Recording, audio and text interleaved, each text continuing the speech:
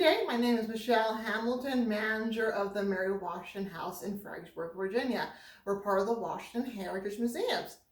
Today I'm going to be reading another story about young George Washington, and this book is also featured in our museum store. So if you like it, be sure to come and visit us when we reopen.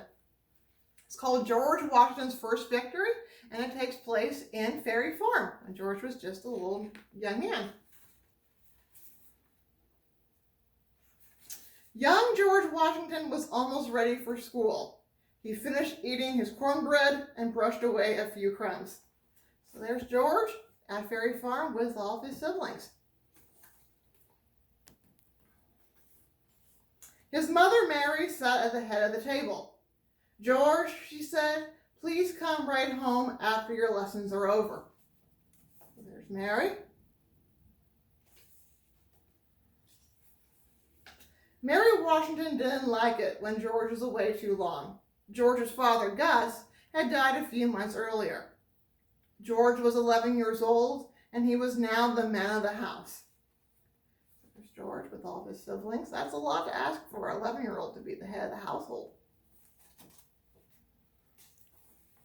"I won't forget," said George, standing up. His mother nodded. "Thank you." He's saying goodbye to his mother. George stopped for a moment. He wanted to ask one last question. George took a deep breath. "What about my visit to Lawrence?" he asked. Lawrence was George's big brother. He was married and lived in a house called Mount Vernon. It was 30 miles away. So there's Lawrence at Mount Vernon. Looks a little different than the Mount Vernon we know today. And 30 miles in the 18th century, that was a good day's journey away from Ferry Farm.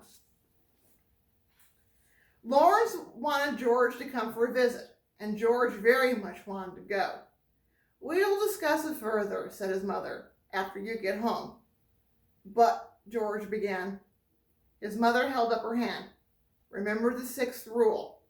Speak not when you should hold your peace." George knew all 110 rules of civility.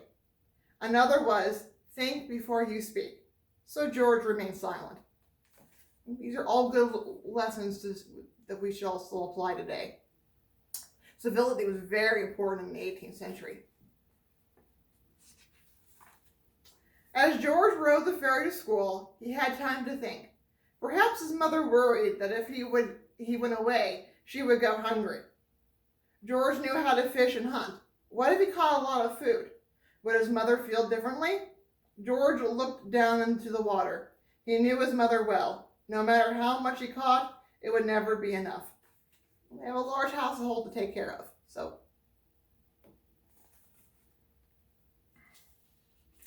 And here we're coming into Fredericksburg, right across from the ferry. At school, George took his seat. The first thing they practiced was penmanship. George wrote his name neatly on a piece of paper. Spelling was a bit harder for him. He often made mistakes. He spelled O-Y-L for oil instead of O-I-L. And S-M-O-A-K for smoke. S-M-O-K-E. So here he is, studying hard. In the 18th century, they didn't have dictionaries like we do today, so spelling was a little different. Also, it didn't matter how well you spelled, as long as the penmanship looked neat. What if his spelling improved? Would his mother let him go then? George shook his head no. Mary's spelling wasn't very good either. It was very common in the 18th century. George's favorite subject was arithmetic. He liked working with numbers and measuring things. Why, he could measure their whole farm and tell his mother how big it was. In fact, later he would become a surveyor. Would she let him visit Lawrence then? Probably not. Such a big farm, she would say, would need George to stay home to look after it. When the students had a break for class, George played leapfrog with his friends. With his long legs, George was able to leap pretty high. Here's George playing with his classmates. One of his childhood friends also said that George liked to play tag at school. Would his mother let him go because he jumped higher than anyone else? George didn't think so. Jumping impressed his friends, but it would not impress his mother. Mary was against showy display, so being modest was more important than jumping high. The ferry ride home took only a few minutes, but to George it seemed to take forever. He was all out of ideas to convince his mother. As he looked up, he saw his mother riding across the field. Mary Washington rode well and cared deeply about horses. George got an idea.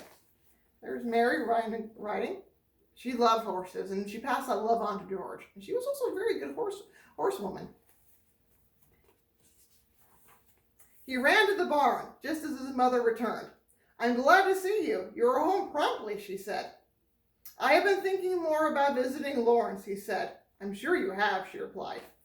Here's George meeting his mother. When Mary was 16 years old, she received a side saddle that was made out of silk plush, and it was purple. So, very nice.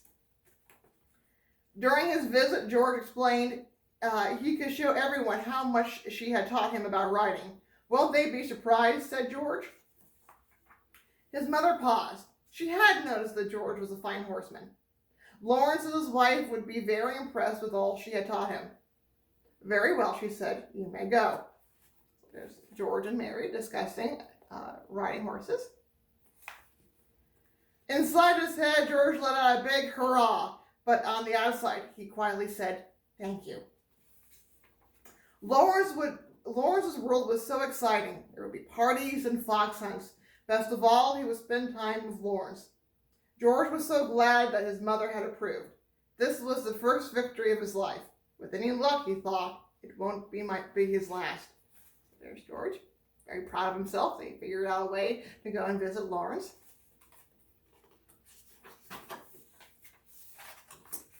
Well, I hope you enjoyed this story. We have lots of wonderful books on George and the colonial era here at the Mary Washington House's Museum Store, and we look forward to welcoming you back soon.